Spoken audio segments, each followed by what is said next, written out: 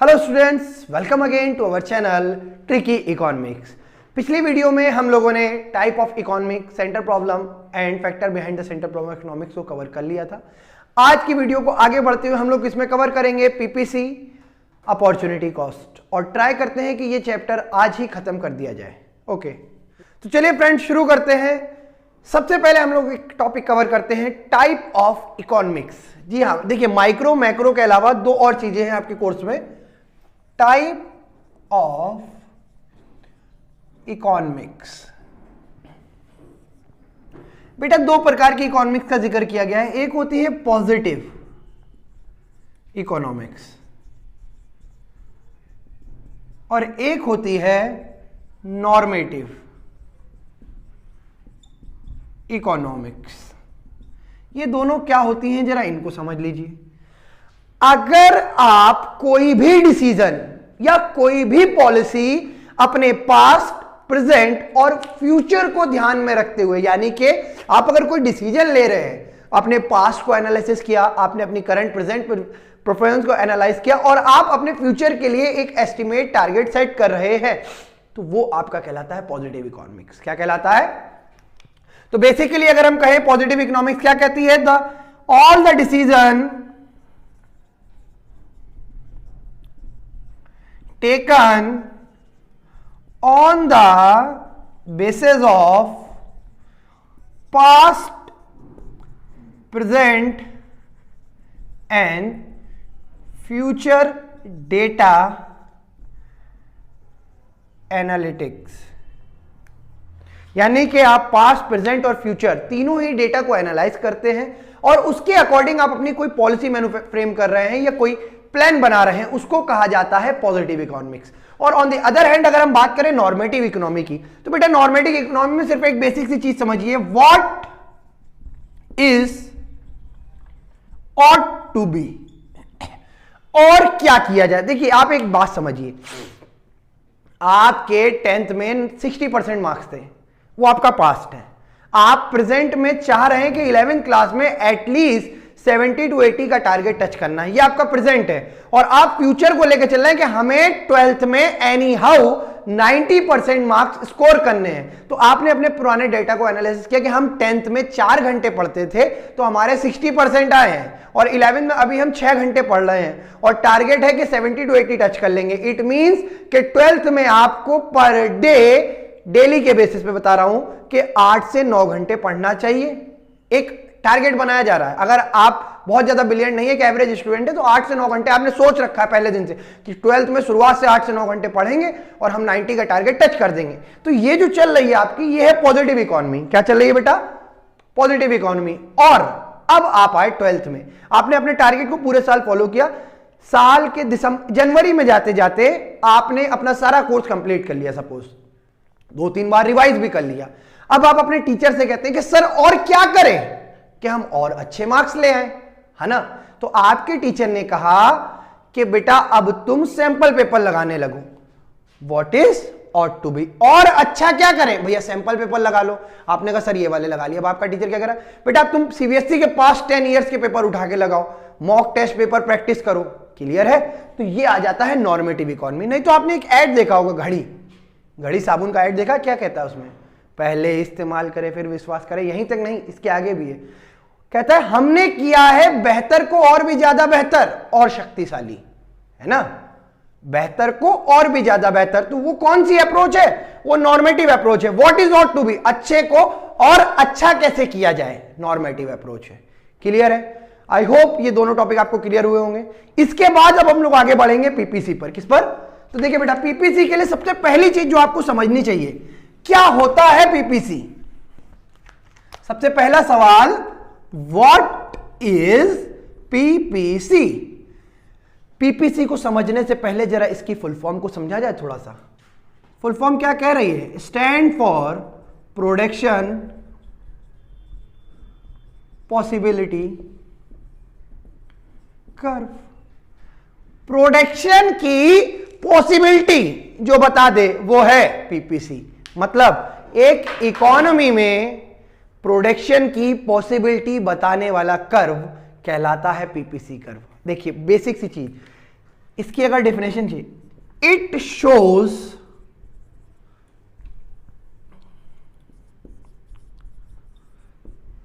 all the possible combination of goods that can be produced in an economy during a given period or in given resource.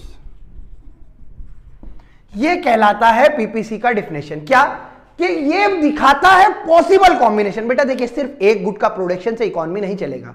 आपके पास जो resource हैं, आप उन resource को maximum utilise करिए, यानी कि वेस्टेज ना करिए, अटमोस्ट यूटिलाइजेशन ऑफ गुड। और जो प्रोडक्शन है वो कितना पॉसिबल है, डिफरेंट कॉम्बिनेशन, मतलब कि आप गुड एक्स भी बना रहे हैं, गुड वाई भी बना रहे हैं। अब जैसे अगर हम बात करें गुची की, तो बेटा गुची हैंडबैग भी बनाता है और गुची क्लॉथिंग भी बनाता है, हाँ या ना। तो उसके पास जो गुची का जो मेन है हेड, उसके पास रिसोर्स रही होंगी, जैसे कंपनी का टर्नओवर कह लीजिए या कंपनी की वैल्यूएशन कह लीजिए। अब वो अपनी वर्थ को किस तरीके से यूटिलाइज कर रहा है, उसके पास जो लेबर है, जो रिसोर्स है, वो उनको किस तरीके से यूटिलाइज कर रहा है डिफरेंट गुड्स के मैन्युफैक्चरिंग में, ये कहलाता है पीपीसी। क्लियर है? ये जो दिखेगा कि क्या कॉम्बिनेशन गुची प्रेफर कर रहा है, वो दिखाएगा कौन, पीपीसी। डिफिनेशन क्या कहती है, it shows all the possible combination of goods that produce in a economy at a given period of time and at a given resource. Clear है बात? I hope it will be clear to you. Okay, आप इसको note करिए, फिर हम लोग आगे बढ़ते हैं शेड्यूल के साथ। बेटा अभी हम लोग डिस्कस करते हैं, एक शेड्यूल लेते हैं और फिर पीपीसी कर्व को बनाना सीखते हैं। देखिए शेड्यूल में हम सबसे पहले लेते हैं कॉम्बिनेशन, ठीक है, गुड्स एक्स, गुड वाई और गुड एक्स। कॉम्बिनेशन को सिंपल सा नाम दे दीजिए A B C D E, ठीक है। अब देखिए, जब प्रोड्यूसर इकोनॉमी में गुड वाई प्रोड्यूस कर रहा था तो वो 10 बना रहा था, कितनी बना रहा था, और गुड एक्स की वैल्यू 0 थी, यानी कि एक्स नहीं बन रही थी। अब सडन चेंज आया हमारे माइंड में, हमारे इकोनॉमी कंडीशन में, कि हम गुड वाई को छोड़ के अब एक्स को बनाना चाहते हैं। तो हमने सेक्रीफाइस करी गुड एक, यहां से गुड वाई की एक गुड सेक्रीफाइस हो गई, तो इधर एडिशनल यूनिट कितनी आई, 1। फिर हमने यहां पर 2 सेक्रीफाइस करी, तो यहां कितनी आई, फिर एक और एडिशनल। फिर यहां हमने 3 गुड सेक्रीफाइस करी तो हमारा आया 4, और यहां हमें फिर एक ही यूनिट एडिशनल मिल रही है बेटा। फिर हमने इधर की सारी सेक्रीफाइस करी तो यहां हम पहुंच गए 4 पर।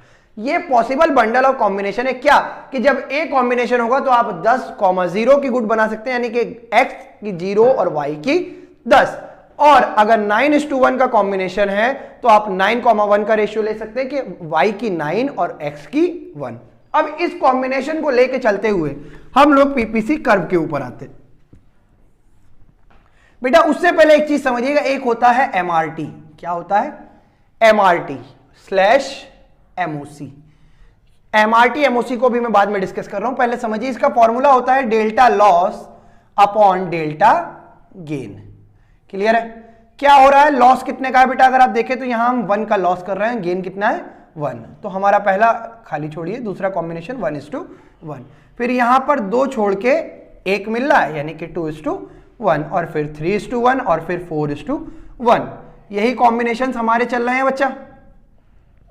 अब एक बात समझिए कि सर पहले आप एक गुड सेक्रीफाइस कर रहे हैं तो उधर 1 मिल रही है तो इक्वल है, फिर हम यहां पर 2 गुड सेक्रीफाइस कर रहे हैं और उधर फिर भी 1 ही मिल रही है, ऐसा क्यों? और जैसे जैसे आगे बढ़ते आ रहे हैं सेक्रीफाइस ज्यादा कर रहे हैं और गेन कम कर रहे हैं, या 1 ही गेन हो रहा है कॉन्स्टेंटली। तो बेटा एक बात समझो, जैसे आपके हाथ की 4 उंगलियां बराबर नहीं है, आपके हाथ की 5 उंगलियां बराबर हैं नहीं, उसी प्रकार से रिसोर्सेज में जो हमारी लेबर है वो बराबर नहीं है। ये पॉसिबिलिटी कितनी है कि जो आदमी कपड़े सिलने में एक्सपर्ट है वो शूज सिलने में भी उतना ही एक्सपर्ट होगा, है क्या? बहुत रेयर केस में, बहुत एक्सट्रीम लेवल पे कोई प्लेयर मिल गया, कोई ऐसा आदमी मिल गया जो दोनों बराबर इफेक्टिवली और एफिशिएंटली सिल रहा है, वो तो रेयर केस है। तो इसीलिए रेयर केस में पहला 1:1 हमने ले लिया। पर उसके बाद तो ऐसा ही रहता है ना कि भाई उसको काम सीखना पड़ता है। जब वो एक जगह से दूसरी जगह ट्रांसफर हो रहा है तो वहां जाके उसकी एफिशिएंसी कम हो जाएगी। क्यों? क्योंकि वो वहां के एटमॉस्फेयर को, वहां के काम को एडेप्ट करेगा, सीखेगा, तो उसमें उसको थोड़ा समय लगेगा, हाँ या ना? इसीलिए यही कारण है कि जब हम यहां से यहां के ट्रांसफर में करें, सपोज गुड वाई ले लिया हमने गन और गुड एक्स ले लिया हमने शूज। अगर कोई शू बनाने वाली कंपनी थी और वो गन वाले लोगों को काम पे लगा रही, जो पहले गन बनाते थे वो शू बनाने के काम पे लग रहे हैं, तो उनको समय लगेगा बच्चा, हाँ या ना? यही एक कारण है कि यहां से ज्यादा सेक्रीफाइस हो रहा है और उधर कम गेन हो रहा है। क्लियर है? अच्छा, एमआरटी का मतलब होता है marginal rate of transformation. MRT का मतलब होता है मार्जिनल, यहां लिख दे रहा हूं मैं, MRT stand for marginal rate of transfer, ठीक? और एमओसी की फुल फॉर्म होती है मार्जिनल अपॉर्चुनिटी कॉस्ट। ठीक है बेटा, इसको अब एक मार्जिनल अपॉर्चुनिटी कॉस्ट को हम आगे डिस्कस करेंगे। जरा अब हम इससे एक शेड्यूल के थ्रू एक कर्व बनाते हैं बेटा। एक्स एक्सेस, वाई एक्सेस, यहां हमारा हो गया 0। अब गुड वाई इधर डिनोट कर लेते हैं और गुड एक्स को इधर। बेटा जरा ले लीजिए, 2-2 के गैप पे स्केल ले लेते हैं, 2, 4, 6, 10, एक और एक्स्ट्रा ले जाइए 12, ठीक? और यहां क्या है, 0 से है तो 1, 2, 3, 4, 5, ठीक है?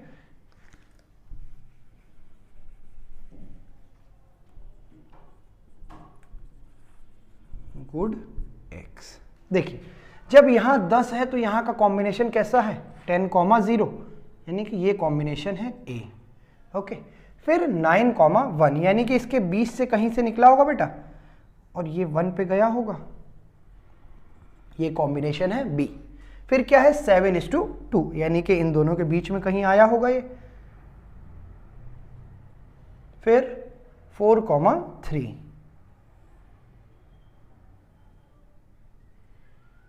ये C है, ये D है, और फिर क्या है 0,4, 0,4, ये आपका E है। अब बेटा इसको फ्री हैंड मिला डालिए, ये कुछ इस प्रकार से आपका PPC कर्व बना है। क्या बना है, PPC। कोई दिक्कत है? इस कर्व के अकॉर्डिंग, जो हमारा शेड्यूल है इसके अकॉर्डिंग अगर हम कर्व बनाते तो ये देखिए ऊपर से नीचे की तरफ जा रहा है या नहीं जा रहा है। तो यहीं पर हम कवर करके चलते हैं प्रॉपर्टीज ऑफ PPC। क्या कवर करते हैं, प्रॉपर्टीज ऑफ PPC। बेटा पहली प्रॉपर्टी क्या कह रहा है, डाउनवर्ड स्लोपिंग। तो पहली प्रॉपर्टी क्या आई, डाउनवर्ड स्लोपिंग।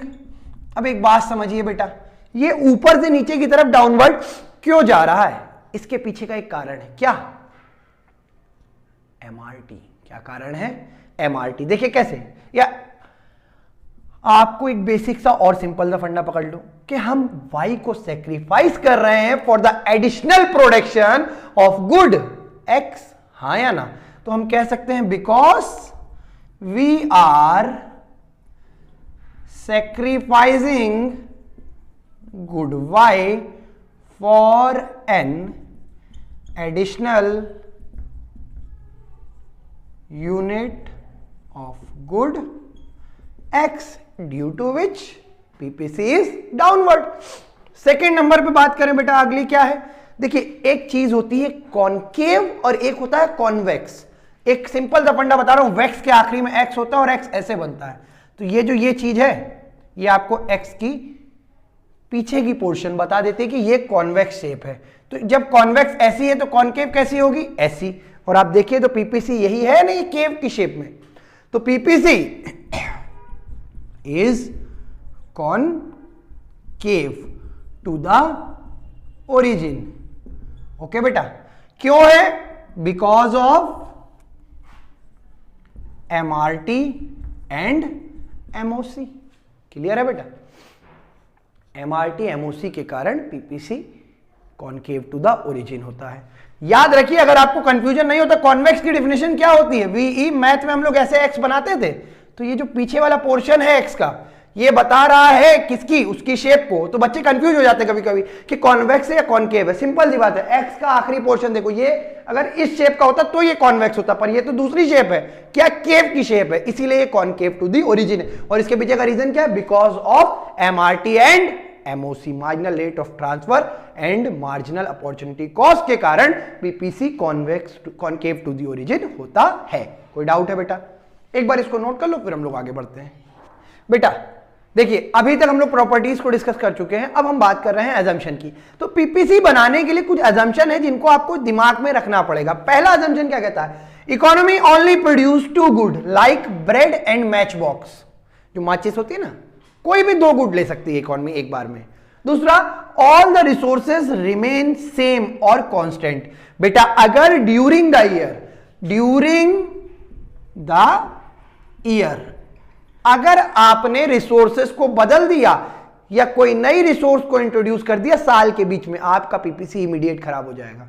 आपका PPC वो नॉलेज, वो इंफॉर्मेशन आपको नहीं दे पाएगा जो आप उससे ऑब्टेन करना चाह रहे थे, क्योंकि आपने PPC के एजम्पशन को ब्रेक कर दिया। जी हां, आपने नई रिसोर्स ला दी, पर PPC कहता है resource remain constant during the year. जब एक ईयर खत्म हो जाए तो आप नई रिसोर्सेस के ऊपर स्विच कर सकते हैं, लेकिन ड्यूरिंग द ईयर आप रिसोर्सेस को नहीं बदलेंगे। Okay? State of technology remain unchange. जी हां, अगर आपकी टेक्नोलॉजी में कोई बदलाव आ रहा है ड्यूरिंग द ईयर, तो फिर आपका PPC खराब हो जाएगा। क्लियर है? तो मतलब क्या कह रहा है कि टेक्नोलॉजी को भी अनचेंज रखना है during the complete year. Year complete हो जाए उसके बाद आप टेक्नोलॉजी में चेंजेस लाइए, फिर दोबारा से नया PPC बनाइए। Okay? Third, resources are must be fully employed. Resources को पूरी तरीके से एम्प्लॉय होना चाहिए। मतलब कोई रिसोर्स ऐसी ना हो जो आइडल बैठी है, कोई रिसोर्स ऐसी ना हो जिसका कोई यूज नहीं हो पा रहा या वेस्ट पड़ी है या एक्सेसिव यूज के कारण वो वेस्टेज में जा रही है। ओके?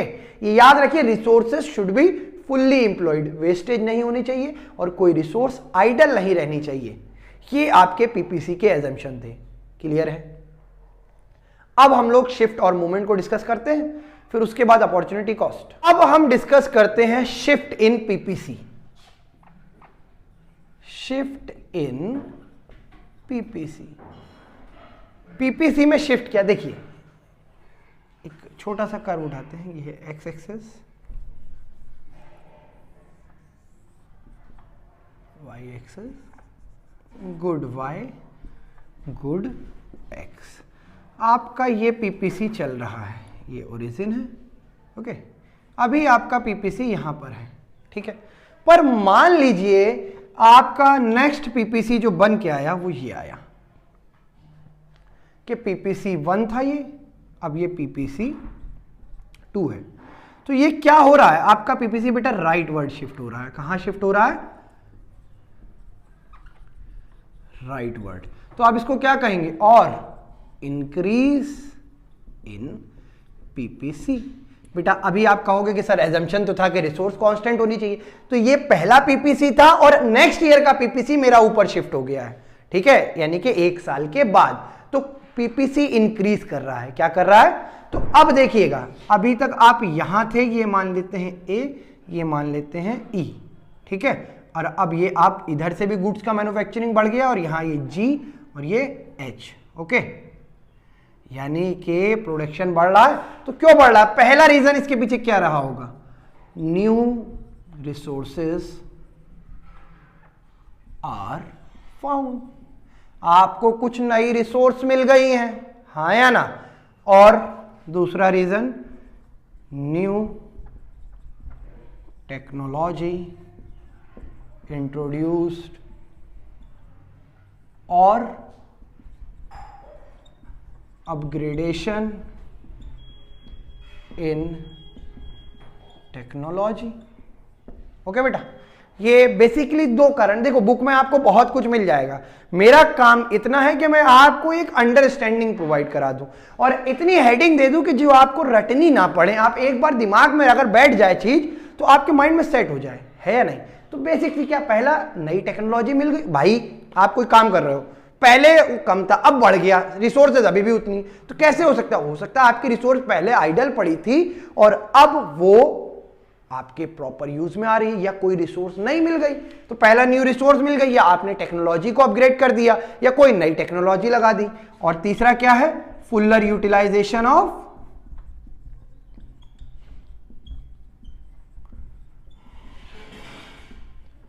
जैसे आप लोग स्कूल में जाते हैं, कभी कभी टीचर पेरेंट्स मीटिंग में कहता है भाई साहब आपके बच्चे में पोटेंशियल बहुत है, ये कर सकता है, लेकिन करता नहीं है, पर किसी क्लास में जाके या हो सकता है नेक्स्ट ईयर में उस बच्चे ने कर दिया, जो बच्चा अभी तक 30-40 पे ला रहा था कहता अब बहुत हुआ सम्मान, अब करना है कुछ काम, और मन लगा के पढ़ा और भाई साहब वो उस साल 85 ले आया। तो मतलब क्या था कि उसके अंदर जो पोटेंशियल था वो अभी तक फुल्ली एम्प्लॉयड नहीं था, वो अपने डेडिकेशन को सही जगह पर यूज नहीं कर पा रहा था, पर जब उसने फुल्ली एम्प्लॉयड किया अपनी रिसोर्सेज को, अपने डेडिकेशन को, उसने स्कोर करके दिखा दिया, तो आपका पीपीसी बढ़ जाएगा। अच्छा पीपीसी अगर मान लीजिए ये आ गया, पीपीसी 3 पे आ गया अगर, तो ये यहां से यहां आ गए तो ये कहलाएगा लेफ्टवर्ड शिफ्ट। क्या कहलाएगा बेटा, ओके। अब इसको समझ लीजिए, इसके पीछे के कारण क्या रहे हो सकते हैं। पहला कारण बेटा जो रहेगा क्या रहा होगा, वहां न्यू रिसोर्स मिली थी, यहां रिसोर्सेस लॉस्ट। बेटा कोई ऐसा कारण रहा जिससे रिसोर्स लॉस्ट हो गई, खत्म हो गई, या डिस्ट्रॉय हो गई, और डिस्ट्रॉयड, ठीक है। बहुत बेसिक लैंग्वेज का यूज कर रहा हूं मैं, बुक की टेक्निकल जार्गन्स होते हैं उन पे नहीं जा रहा हूं, तो आई होप ये आपको समझ आएगा इजीली। नेक्स्ट, वहां टेक्नोलॉजी अपग्रेड हुई थी, यहां टेक्नोलॉजी डिग्रेड हो जाएगी जी नहीं बेटा, टेक्नोलॉजी हमेशा ऑब्सोलीट होती है। क्या होती है, आपने डेप्रिसिएशन में पढ़ा भी होगा, एक क्वेश्चन था 4 व्हेन बिकम ऑब्सोल्यूट, ओके। तो यहां देखिएगा, टेक्नोलॉजी बिकेम ऑब्सोलीट, और क्या हो सकता है, वहां रिसोर्स फुल्ली एम्प्लॉयड थी, यहां रिसोर्स अंडर यूटिलाइज है, रिसोर्स आर अंडर यूटिलाइज्ड। ये 3 बेसिक कारण हो सकते हैं पीपीसी लेफ्ट वर्ड के और पीपीसी राइट वर्ड के। बेटा एक बार इसको नोट कर लो, फिर अगला आता है मूवमेंट ऑफ पीपीसी, और फिर opportunity cost, chapter finish. Shift in PPC हो चुका है, अब हम लोग मूव कर रहे हैं मूवमेंट इन पीपीसी।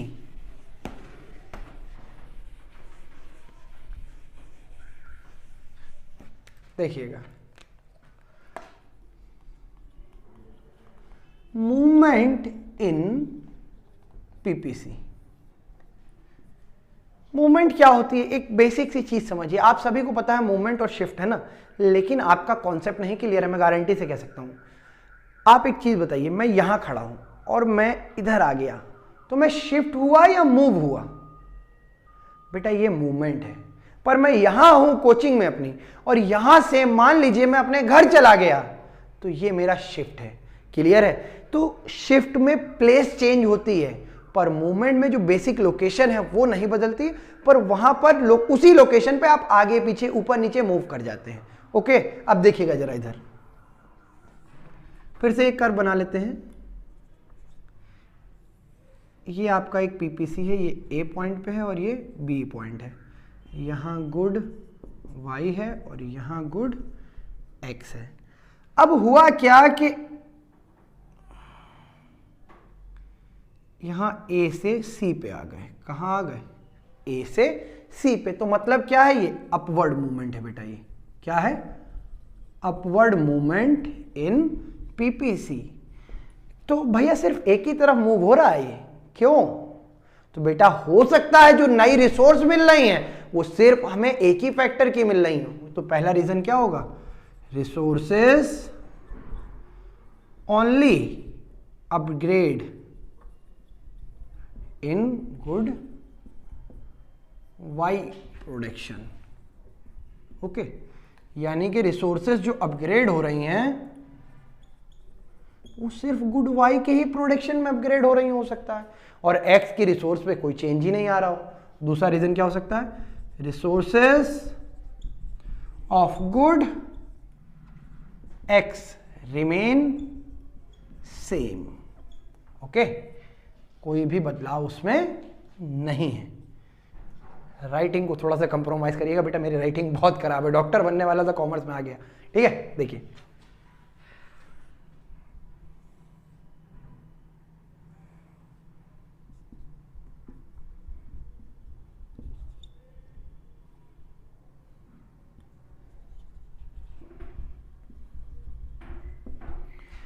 बेटा, देखिए जैसे ये y में मूव हुआ था वैसे ही इधर साइड ही अब की बार x में मूव हो गया है, तो आप यहां क्या कहेंगे, रिसोर्स वही सेम वही रहेंगे point, resource only upgraded in good, y की जगह क्या हो जाएगा x, और y की रिसोर्स क्या रहेगी आइडल। अगर ये आगे जा रहा है तो ये अपवर्ड मूवमेंट है, और अगर मान लीजिए पीछे की तरफ शिफ्ट हो जाता तो ये डाउनवर्ड मूवमेंट कहलाता। ओके बेटा, एक एग्जाम्पल ले लेते हैं जरा, एक क्वेश्चन जैसे कभी कभी आ जाता है, गवर्नमेंट इंट्रोड्यूस्ड जन धन योजना, What will be the effect of PPC in Jan Dhan. बच्चे कंफ्यूज हो जाते हैं कि जनधन योजना पे पीपीसी का क्या इफेक्ट पड़ेगा। तो बेटा कोई भी क्वेश्चन हो, एक चीज बेसिकली याद रखिएगा, हमने एजम्पशन में पढ़ा है कि पीपीसी की रिसोर्स चेंज नहीं होनी है, तो किसी भी पॉलिसी का या कोई भी डिसीजन का या इकोनॉमिक पॉलिसी का पीपीसी पर इमीडिएट इफेक्ट नहीं पड़ेगा। तो ये कसम मत खाइएगा कि नहीं पड़ेगा, कोई ऐसी चीजें हैं जिनका पड़ेगा, अभी मैं वो भी बता रहा हूं। जैसे मान लो फ्लड आ गया, आपकी जो रिसोर्स थी वो डिस्ट्रॉय हो गई है या नहीं, बाढ़ आ गई, सुनामी आ गई, तो आपकी रिसोर्स तो बेकार हो गई। ऐसे में आपका पीपीसी क्या होगा, लेफ्टवर्ड शिफ्ट हो जाएगा, बैकवर्ड हो जाएगा। ठीक है, क्योंकि आपकी रिसोर्स इसका इमीडिएट प्रभाव पड़ेगा, लेकिन अदर कोई पॉलिसी है तो उसका पीपीसी पर इमीडिएट कोई प्रभाव नहीं पड़ेगा। लेकिन जब अगला नया पीपीसी बनेगा तो उसका इफेक्ट पड़ेगा। जैसे जनधन पॉलिसी की बात मैंने करी, तो जनधन योजना का पीपीसी पर इमीडिएट कोई इफेक्ट नहीं पड़ेगा, पर अगले बार जो पीपीसी बनाएंगे उसमें पीपीसी पर इफेक्ट दिखेगा। जैसे डिमोनेटाइजेशन हुआ, तो डिमोनेटाइजेशन नोटबंदी का इमीडिएट कोई भी इफेक्ट हमारे पीपीसी पे नहीं पड़ेगा। क्यों? क्योंकि कैपिटल कांस्टेंट है। जी हां, हम पैसा लगा चुके हैं, है ना। इफेक्ट कब पड़ेगा, जब अगली बार की बात होगी, जब हमें फंड की आवश्यकता पड़ेगी, हमारा लिक्विडिटी की जरूरत पड़ेगी, कैश इन हैंड चाहिए होगा, तब हमारे पास इतना नहीं हो। क्यों? क्योंकि नवंबर में तो गवर्नमेंट ने किया था, है ना। अब नोटबंदी के बाद अगले साल जो पीपीसी बनेगा उसमें कैश का फ्लो रहेगा, इनफ्लो भी बढ़ भी सकता है, बढ़ना तो चांस ही नहीं क्योंकि डिमोनेटाइजेशन हुआ, कम हो जाएगा, तो इससे पीपीसी बैकवर्ड शिफ्ट हो जाएगा। ठीक है, लेकिन एक साल के बाद हाँ, अगर कोई नेचुरल क्लैमिटी आ गई, बाढ़, आंधी, तूफान, जिससे आपके रिसोर्सेज पे इंपैक्ट पड़ा और वो डिस्ट्रॉय हो गई, तो ऐसे में इमीडिएट इफेक्ट होगा और पीपीसी बैकवर्ड शिफ्ट हो जाएगा। ओके, चलिए आगे बढ़ते हैं बेटा। पीपीसी के बाद अब हम लोग बात करते हैं अपॉर्चुनिटी कॉस्ट की।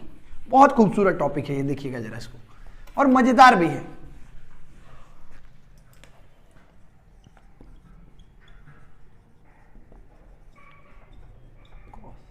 क्या होती है अपॉर्चुनिटी कॉस्ट? तो जब भी अपॉर्चुनिटी कॉस्ट को समझना हो तो देखो हम जो कर रहे हैं वो करो, नेक्स्ट बेस्ट ऑल्टरनेटिव। क्या बेटे? नेक्स्ट बेस्ट, इस पे फोकस करिएगा, नेक्स्ट बेस्ट ऑल्टरनेटिव। कहेंगे ये क्या करा रहे हैं, अभी देखो समझाते हैं। मान लो एक राम है, वो वोडाफोन में as a HR manager work कर रहा है, ठीक है, और उसकी सैलरी 70,000 है। ये याद रखिएगा, HR मैनेजर है किसमें? वोडाफोन में। अब उसके मन में आया, उसने कहा कि यार मैं जॉब स्विच करता हूं। उसने मार्केट एनालाइज किया, BSNL HR की पोस्ट की, सेम पोस्ट है याद रखिएगा, सैलरी दे रहा है 80,000। कितनी दे रहा है? अच्छा, जियो HR की पोस्ट के लिए कह रहा है कि हम मैक्सिमम देंगे 65,000। और बेटा हमारा जो आदमी काम कर रहा है राम, वो यहां कहीं सेंटर में है 70K पे, हाँ या ना, वोडा में। रुकिए, हमारा आदमी वोडाफोन में 70,000 पे करंटली वर्किंग है। ओके, और एक उसके पास ऑल्टरनेटिव आया जियो का जो कह रहा है कि हम 65,000 मैक्सिमम सैलरी प्रोवाइड करेंगे। तो अब देखिए अपॉर्चुनिटी कॉस्ट को समझिए। राम अभी इस पोजीशन पे है, राम अगर यहां पर मान लीजिए खड़ा है तो उसका नेक्स्ट बेस्ट ऑल्टरनेटिव क्या होगा? Next best alternative, PP opportunity cost की ये डिफिनेशन याद कर लीजिए, क्या? Next best alternative. बेटा राम यहां वोडाफोन में इंप्लॉयड है और तो उसकी अपॉर्चुनिटी कॉस्ट क्या होगी? जियो। मतलब कि अगर ये जियो की नौकरी यहां ना कर रहा होता तो ये कौन सी नौकरी कर रहा होता? जियो की। तो मतलब वोडा की जॉब पकड़ने के लिए हमारे बंदे ने, राम ने जियो की नौकरी को सेक्रीफाइस किया। तो सेक्रीफाइस जिसको हम पीछे छोड़ के आ रहे हैं अपनी करंट पोजीशन के लिए, ये है हमारी अपॉर्चुनिटी कॉस्ट। क्या है बेटा? सिंपल सी बात है, अगर कहीं कुछ आगे बढ़ना है तो कुछ सेक्रीफाइस करना पड़ेगा। जो खोवत है वो पावत जरूर होता है बेटा, है ना। अगर आप आज कुछ खो रहे हैं तो आपको याद रखिए आप फ्यूचर में कहीं जाने के लिए, कुछ पाने के लिए आज की चीज को सेक्रीफाइस कर रहे हैं। एक बेसिक सी चीज होती है, मैं यहां तक आया हूं, क्यों आया हूं? क्योंकि मुझे यहां से रुकना है या आगे बढ़ना है? आगे बढ़ना है। तो जब मैं आगे बढ़ूंगा तो आज की पोजीशन को मैं सेक्रीफाइस कर रहा हूं, हाँ या ना? बेटा आप लोग कल को बड़े होंगे, कहीं दूर विदेश में जाके नौकरी करेंगे, तो वहां की जॉब की अपॉर्चुनिटी कॉस्ट क्या होगी? आपकी फैमिली, आपका घर, है ना, आपके इमोशनल रिश्ते, क्योंकि आप वो सब छोड़ के वहां जा रहे हैं, उन सबको मिस करेंगे वहां। लेकिन करियर बनाने के लिए आप जा रहे हैं तो आपकी अपॉर्चुनिटी कॉस्ट क्या होगी? यहां पे जो आप छोड़ के जा रहे हैं, वही एक सिंपल सी चीज है। अच्छा, दूसरा टर्म हम लोगों ने अभी डिस्कस किया था, एक क्या? MOC, marginal opportunity cost. तो बेटा एक देखो, 70,000 पे ये काम कर रहा है, 65,000 की जॉब छोड़ रहा है, तो इसके बीच का डिफरेंस कितना है? 5,000। तो 5,000 हमारी क्या हो गई? एमओसी। मतलब कितना डिफरेंस मार्जिन छोड़ रहे हैं। मान लो अगर ये स्विच कर जाए बीएसएनएल पे, तो जब ये बीएसएनएल पे काम करने लगेगा तो इसकी अपॉर्चुनिटी कॉस्ट क्या हो जाएगी? वोडाफोन। क्लियर है? और इसकी मार्जिनल अपॉर्चुनिटी कॉस्ट 10,000, क्योंकि इन दोनों के बीच का डिफरेंस कितना है? 10,000। तो बेटा आपका क्लास 11 का माइक्रो इकोनॉमिक्स का पहला चैप्टर कंप्लीट हो चुका है। आगे बढ़ेंगे, अगली क्लास में हम लोग बात करेंगे कंज्यूमर बिहेवियर की। बेटा अगर आपको वीडियो अच्छी लग रही है और आपके यूजफुल हैं तो प्लीज लाइक करिए, सब्सक्राइब करिए, शेयर करिए और अपने फ्रेंड्स को भी बोलिए कि शेयर करें, क्योंकि बहुत मेहनत कर रहे हैं आप लोगों को ये कंटेंट देने के लिए। तो प्लीज थोड़ा सा सपोर्ट दिखाइए, और आपका सपोर्ट हमें कैसे दिखेगा? लाल बटन दबा दीजिएगा। जी हाँ, लाल बटन। Okay, thank you.